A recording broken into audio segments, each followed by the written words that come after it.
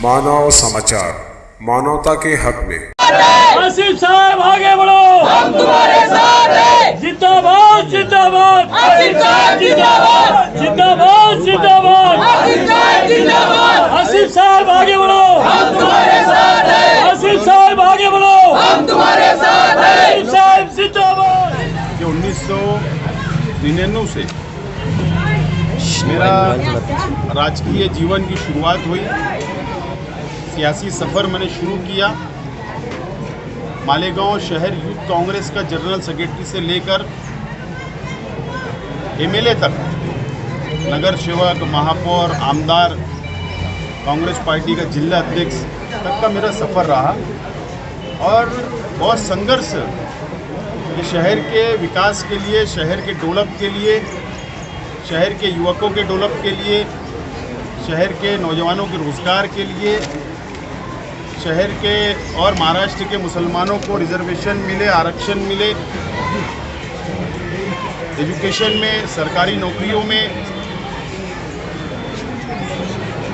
भाजपा जैसी फिरका परस्त पार्टी जातिवादी पक्ष के खिलाफ में मालेगांव से नासिक तक का मॉब लिंचिंग की शुरुआत भारतीय जनता पार्टी की इस हुकूमत के अंदर जो शुरू की गई, उसके विरोध में इंसानियत के नाम पर संघर्ष करना हो या गौर गरीब मजदूर बुनकर के लिए संघर्ष करना हो, शहर के विकास के लिए मेरा पूरा जीवन संघर्ष के अंदर गया और शेख रशीद साहब की क़यादत के अंदर पूरा संघर्ष मैंने किया। लेकिन आज मेरी निजी कारण की वजह से मेरा निजी फैसला ये है कि मैंने आज कांग्रेस पार्टी से इस्तीफा दे दिया और आगे कौन सी पार्टी में जाना है, कौन सी पार्टी में नहीं जाना है, या इंडिपेंडेंट रहना है, आज़ाद रहना है, इसका फैसला मैंने मालेगांव शहर के मेरे सभी नौजवान साथियों पर, मालेगांव शहर की माँ बहनों, बुज़ुर्गों के ऊपर छोड़ दिया हूँ। और मैं कल से मालेगांव शहर के हर वार्ड में जाकर मशवरा करूंगा शहर की आवाम से कि शहर का विकास, शहर का डेवलप, नौजवानों को रोज़गार, मजदूरों को उनका हक, बुनकरों को उनका हक किस तरीके से मिल सकता है, ऐसी सभी बातों को सामने रखकर जो मालेगांव शहर की आवाम, हमारे साथी, मेरे चाहने वाले कार्यकर्ता जो मुझे फैसला सुना देंगे, उनके फैसले के ऊपर मैं आइंदा अमल करूंगा।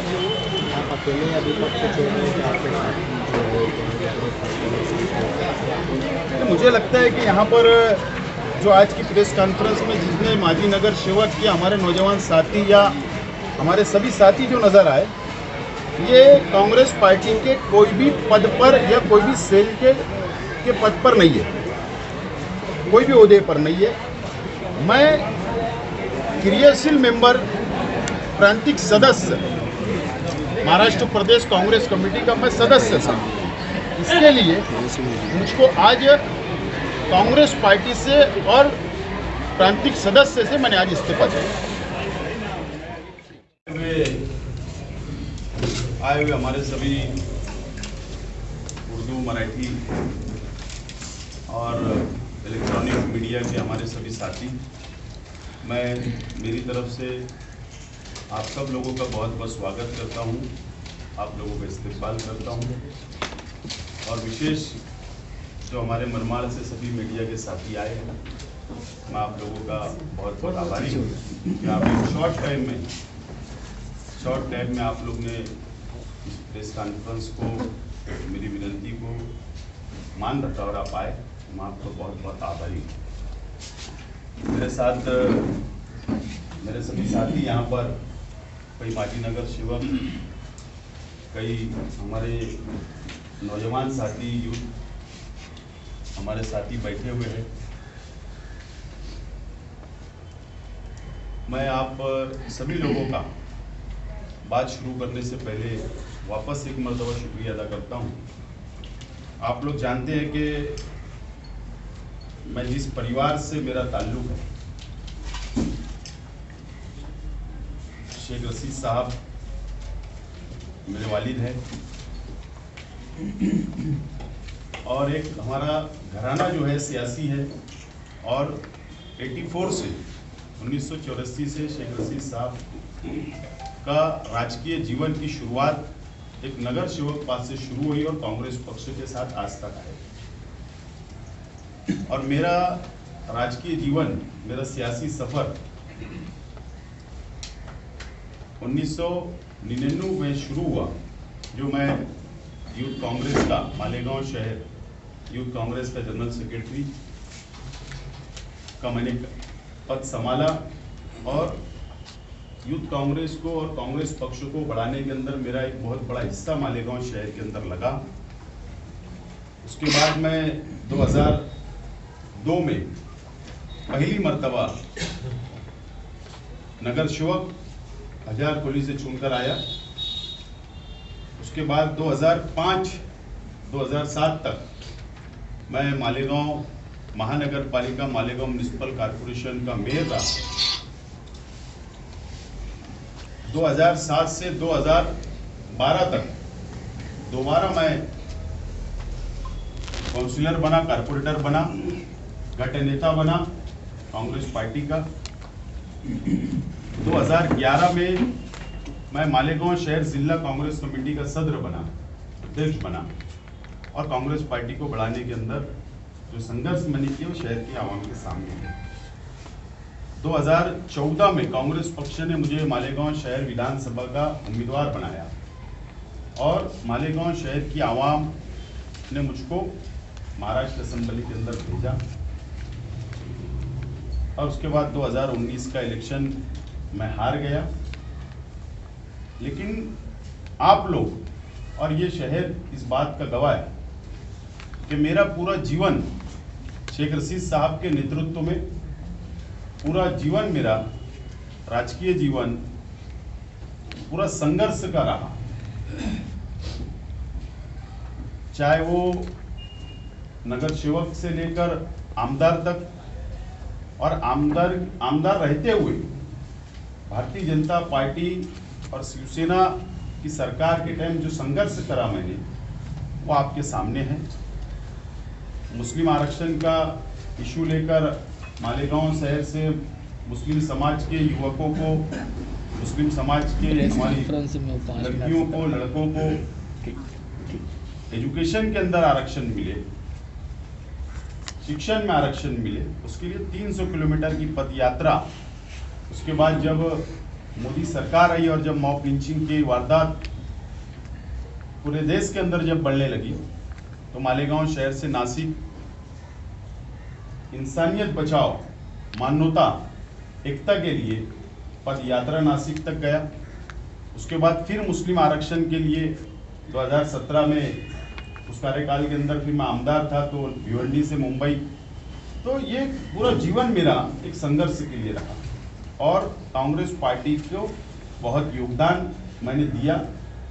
लेकिन आज आप लोगों को पत्रकार परिषद बुलाने का मेरा जो उद्देश्य है, आज 8 फरवरी को मैंने ये फैसला किया हूं कि महाराष्ट्र कांग्रेस के अध्यक्ष नाना पटोले साहब को आज मैंने एक मेल किया हूं, लेटर मैंने उनको रवाना किया हूं और उसके अंदर मेरे निजी कारण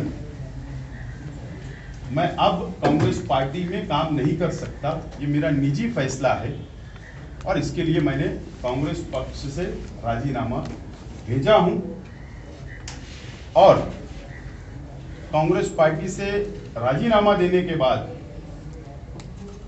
मेरे शहर के कार्यकर्ता, मेरे चाहने वाले, मालेगांव शहर की जनता, मालेगांव शहर की आवाम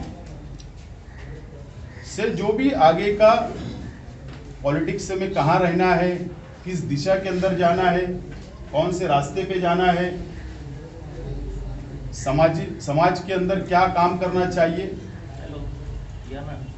8 से 10 दिन के अंदर, 15 दिन के अंदर मैं पूरे शहर के हर वार्ड के अंदर जाकर मेरे चाहने वाले, मेरे हमदर्दों से मुलाकात करूंगा, उनसे राय लूंगा और राय लेने के बाद जो शहर की आवाम जो मेरा कार्यकर्ता, हमारे युवक, हमारी माँ बहनें जो शहर की आवाम बोलेंगी, शहर के हित में जो होगा, शहर का विकास जहाँ होगा, शहर का डेवलप जहाँ होगा, हमारे युवकों का फायदा जहाँ होगा, उनको रोजगार जहाँ मिलेगा, उनको आरक्षण जहाँ मिलेगा, अनेक प्रश्न मालेगांव शहर के हमारे मजदूर भाइयों के हैं, बुनकरों के हैं, ऐसे अनेक प्रश्न ओबीसी समाज के हैं, ऐसे सभी प्रश्नों को सामने रखकर मैं उनसे चर्चा करूंगा, उनकी राय जानूंगा और उसके बाद आगे का मैं डिसीजन लूंगा।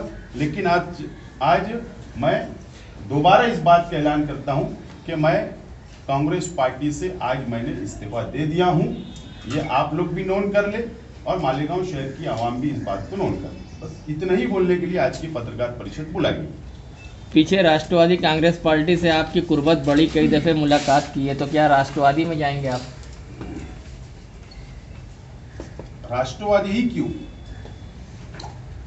बहुत सारे पक्ष विचारधारा के, लेकिन मैंने एक बात एकदम साफ तौर पर कहा कि देखो, कांग्रेस हो, राष्ट्रवादी हो, शिवसेना हो, भाजपा हो या अदर पक्ष या अदर नेतागण, उनसे मिलना और शहर के विकास के लिए अगर मिलता तो इसका ये मतलब नहीं कि मैं उसी पक्ष के अंदर जा रहा। मैंने स्पष्ट ये बात कही कि शहर की आवाम, शहर का कार्यकर्ता जो बोलेगा मैं वो करने वाला हूं। ये मेरा स्पष्ट ऐलान है। आज डिसाइड नहीं है कि मैं कौन से पक्ष में जाऊंगा, हो सकता मैं कोई पक्ष में ही नहीं जाऊं, हो सकता मैं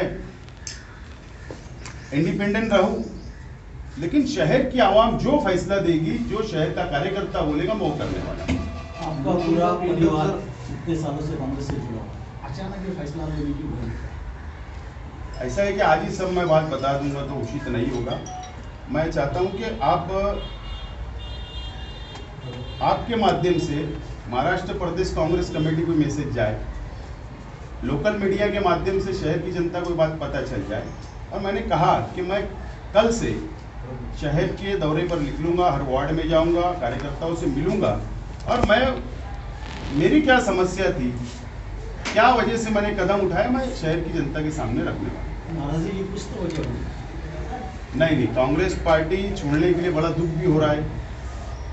कांग्रेस पार्टी से बहुत मोहब्बत है, कांग्रेस पार्टी के नेताओं से बहुत मोहब्बत है, लेकिन मुझे ऐसा लगा कि अब कांग्रेस पार्टी में नहीं रहना चाहिए और एक नई ऊर्जा के साथ कार्यकर्ता को साथ में लेकर काम। हमेशा हमने हमारी मन की किया, इस मर्तबा कार्यकर्ता जो बोलेगा वो करेगा। सुनने में ये आ रहा है कि जैसा आज आपने चौंकाने वाला फैसला लिया, ऐसा ही एक चौंकाने वाला फैसला आप लेने वाले हैं और ऐसी पार्टी ज्वाइन करने वाले हैं कि क्यों सोचिए? ऐसा है कि आपको 10-15 दिन वेट करना पड़ेगा, इंतजार करना पड़ेगा। जब फैसला होगा तो आपको ही बुला के बोलना पड़ेगा ना। आपके इस्तीफे से कांग्रेस कमजोर तो नहीं होगी मालेगांव में? आपके वालिद सदर हैं कांग्रेस के। ऐसा है, ये मैं प्रेस कॉन्फ्रेंस जो लिया हूँ, मैंने मेरी व्यक्तिगत लिया हूँ। आज मेरे परिवार का कोई भी सदस्य आपको यहाँ नजर नहीं आ रहा मेरे सिवा।